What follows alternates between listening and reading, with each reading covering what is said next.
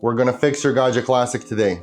This is a one-stop troubleshooting shop. One video to rule them all. So if you're having a problem with your Gaggia Classic, don't click away. And I'm gonna completely respect your time. So check the chapters and pick the solution that resembles the issues that you're having right now. Otherwise, leave a comment and we're gonna get to it. Don't be afraid to open it up. You can have a glance and look and inspect whatever is happening inside your machine. Sometimes the smallest leaks can be noticed and you can prevent it. First issue is no power. The solution for no power is usually the dumbest. It might be your switches or a loose wire or the plug is not all the way in. Check your switches for any play. They are mechanical, they wear out. Just inspect them. This is an inexpensive replacement. 99% of the time is a fuse located here. It has this silicone sleeve around it. I have it isolated here. This is a 230C temp fuse. So basically, if your boiler exceeds this temperature, the fuse blows and there is no continuity to it, you have no power. It's inexpensive to replace. Either order it online or if you have an electronics store, they're super cheap. Make sure that if you do solder them, that you leave a lot of space through it because the temperature from the solder can trip it. Water is not coming out of my Gaggia Classic. Well, this one is a little bit longer to diagnose. We have to work ourselves from the pump all the way through the dispersion plate, and I'll guide you through everything.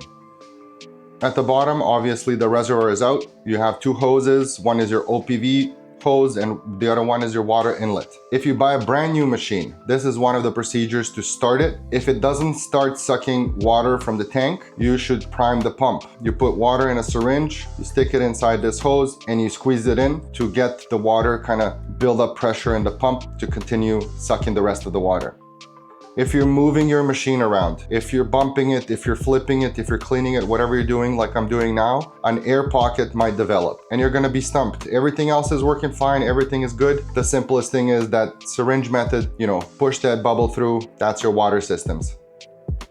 This is your Ulka vibratory pump. It's found in the most common espresso machines and even some higher end ones. It's very simple, but wear and tear can cause it to fail. It's inexpensive. And if you're ever having troubles with the pump itself, when you come to the diagnosis that the pump is at fault, just buy a brand new one. Inside plastic stuff wears out. You don't want to deal with that. You don't want to cheap out on a simple fix like this where your pressure depends on it. The pump does its thing.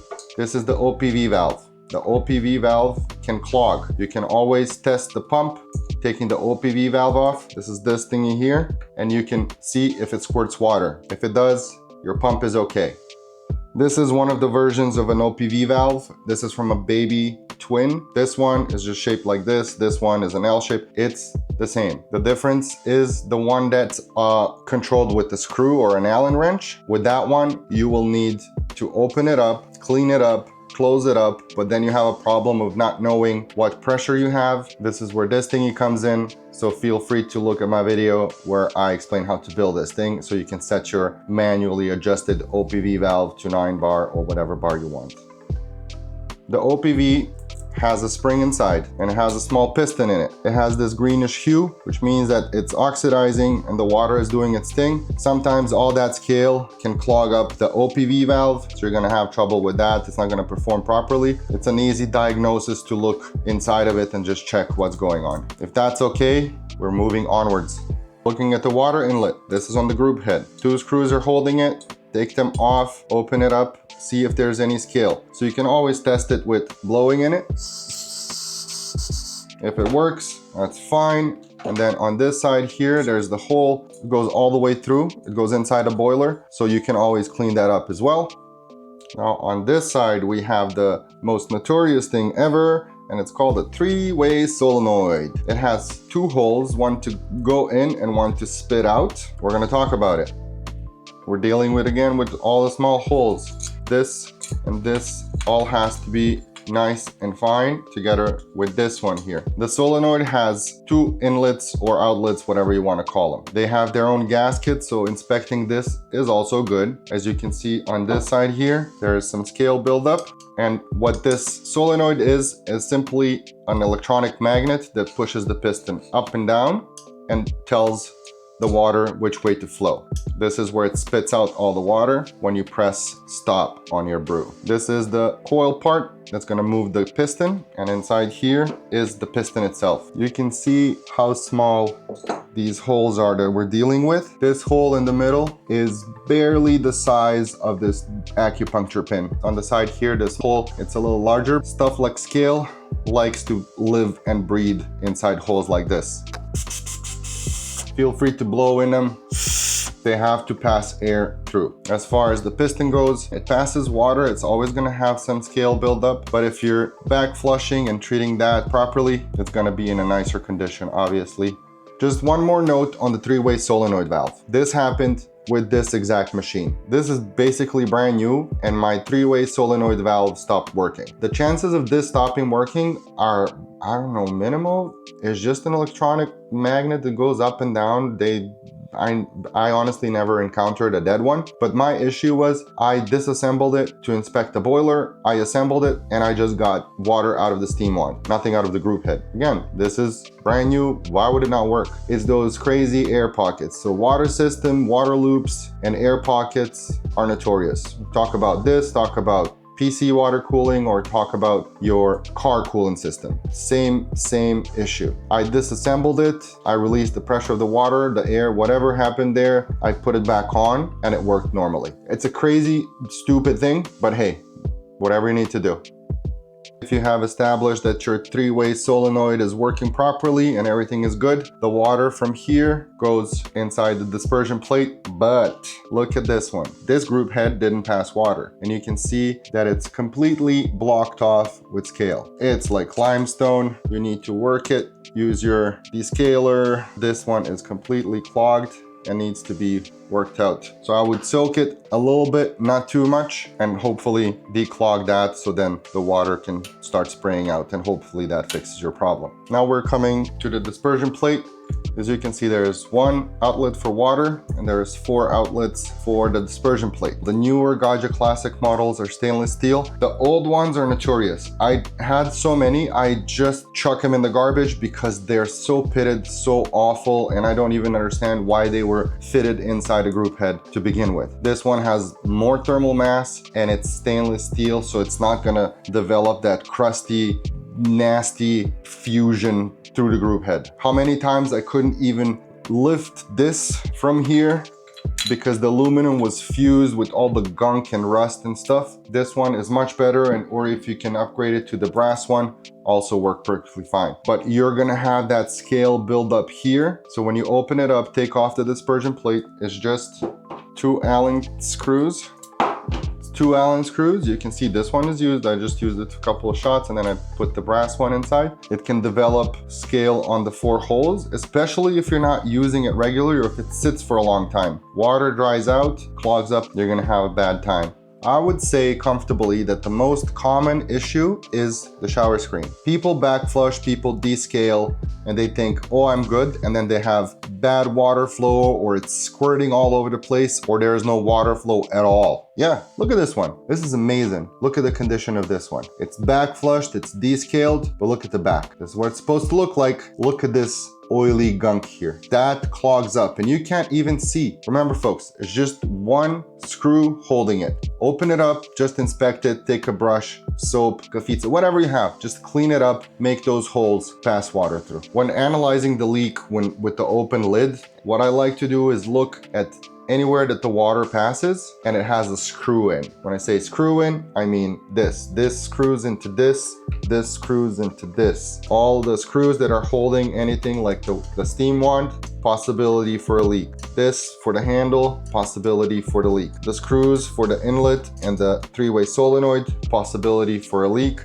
And even at the bottom where the pump gets the water, possibility for a leak. I would say these are least likely because the pressure that they're dealing with is smaller. With the age of the machine, hoses like this with the clamps might also develop a leak. The older the machine, the scale is worse. So I would always look at the scale buildup. If you see scale on the outside, best believe that thing needs to be cleaned. If the water passed through, it worked itself for a long period of time. Open it up and clean it up.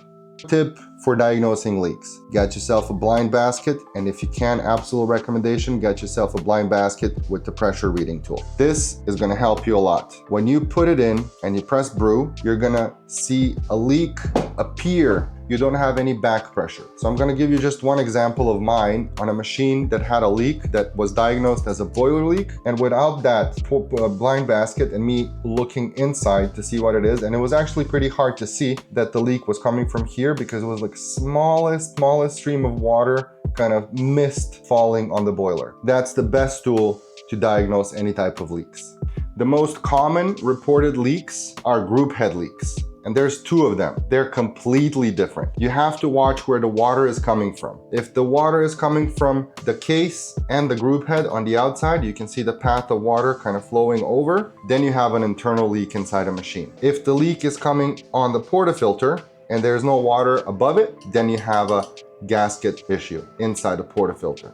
Let's talk about that first one, where the water is coming over the group head. If we open up the machine, we can visually see if there's any leaks if we pressurize the system. So they can come out of the inlet or the three-way solenoid. 90% of the time, it's coming from this gasket. Where the boiler sits, the Gaggia Classic comes with this black rubber gasket. Rubber throughout time loses its elasticity, becomes firmer, and in some cases, you have to break it off because it turned into pure plastic.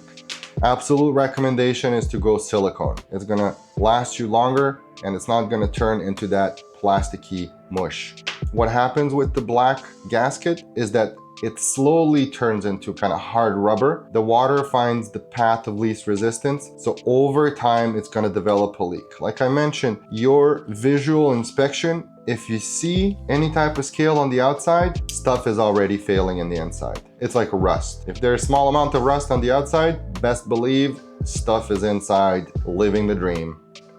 On the topic of these leaks, especially the gasket for the boiler, the moisture finds its way and it goes into the screw holes here. These screws with moisture tend to fuse themselves together. So then you have a problem. Hey, how do I take off my boiler? The screws are not moving. It's so bad. It's notorious. I don't know what to do. I have an Allen wrench. You can always use leverage to unscrew, but if the torque is too much, the only thing you're gonna do is number one, strip it. Number two, break off the head. Absolute recommendation is torching it. Don't be afraid. The fire is gonna loosen up the rust, and if you want to, take a hammer and hit it to break loose that rust, and hopefully that's gonna help you unscrew it. Happened to me so many times. It's very annoying. No WD-T, no penetration liquid. This, grab a torch, whatever you have. Blow dryers won't work. You need a lot of heat applied to it. Don't waste your time. Do it faster the first time. Get yourself anti-seize. Not necessarily this one. This is copper. It's very colorful. I use it for my car, but I also have a silver version of this. Put some on the screws, screw it back in, wipe the access, and whenever you need to disassemble the boiler, you're gonna have a lot better time. The screws are inexpensive. If one is rusting out, don't let it spread. Just buy yourself some new nice ones and replace them. Talking about that second leak is coming from the inside. Again, we have the same problem. We have this black rubber that eventually turns hard, and I can tell you that this rubber was fused inside here. It was hard. It just came out in chunks. As you can see here, there's so much junk still inside. Recommendation, the first thing I do is I replace it with a silicone one. You also have the blue version of it. Whatever you feel like, it's inexpensive and it prevents the headache in the future.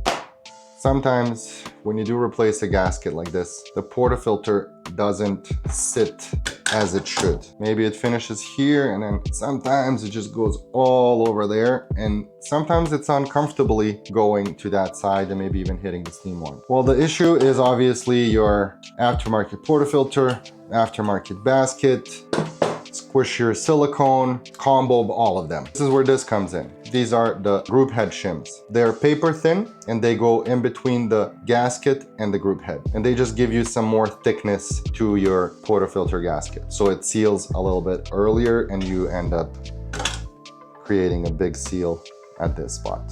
On top of the boiler, we have the steam assembly that features yet again another black rubber turned hard. This is a tapered gasket and it's a quote-unquote proprietary gasket for the steam assembly. I cannot explain how fast this turns hard.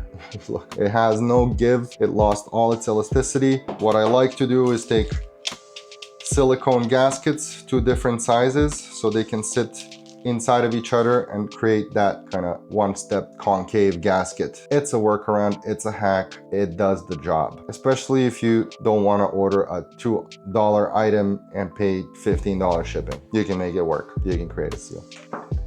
My Gaggia Classic is not heating up. I don't have hot water. I don't have steam. How do I take a shower? I'm gonna answer all of that, don't worry. We have 2 thermostats that are located to the left side in the Gaggia and on top for steam. So brew and steam. The quickest way to diagnose it is with the multimeter set to continuity because they have to pass on the current. Works. In freak occasions, the heating element dies. I, again, never encountered it, but you can do the same thing here. They should show continuity, but like I mentioned, never encountered that. With that being said, I believe I covered most, if not all, the issues I personally have encountered, and I hope I helped you. My name is Dule Rabbit. I hope you enjoyed this rabbit hole. Keep tinkering and I'll see you in the next one.